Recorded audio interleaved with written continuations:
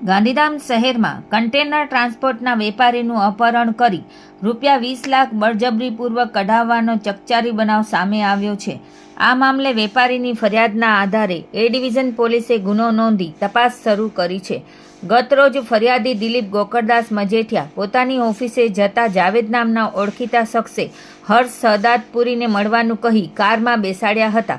ત્યારબાદ વધુ 2 શખ્સ કારમાં જોડાયા અને ફરિયાદીને સપનાનગરના એક મકાનમાં લઈ જઈ બંધક બનાવી માર માર્યો હતો. આરોપીઓએ ગળા પર છરી રાખી જાનથી મારી નાખવાની ધમકી આપી ₹20 લાખની માંગણી કરી હતી. ભયના કારણે ફરિયાદીએ આંગળીયા મારફતે સોહિલ નામના વ્યક્તિને ₹20 લાખ પહોંચાડવાની વ્યવસ્થા કરાવી હતી. બાદમાં આરોપીઓએ વેપારીને ઓસ્લો સર્કલ પાસે ઉતારી કોઈને જાણ કરશે તો જાનથી મારી નાખવાની ધમકી આપી ફરાર થઈ ગયા હતા. બનાવની જાણ થતાં પોલીસે ગુનો નોંધી સીસીટીવી ફૂટેજ સહિતના પુરાવાઓના આધારે આરોપીઓને ઝડપી પાડવા તપાસનો ધમધમાટ શરૂ કર્યો છે.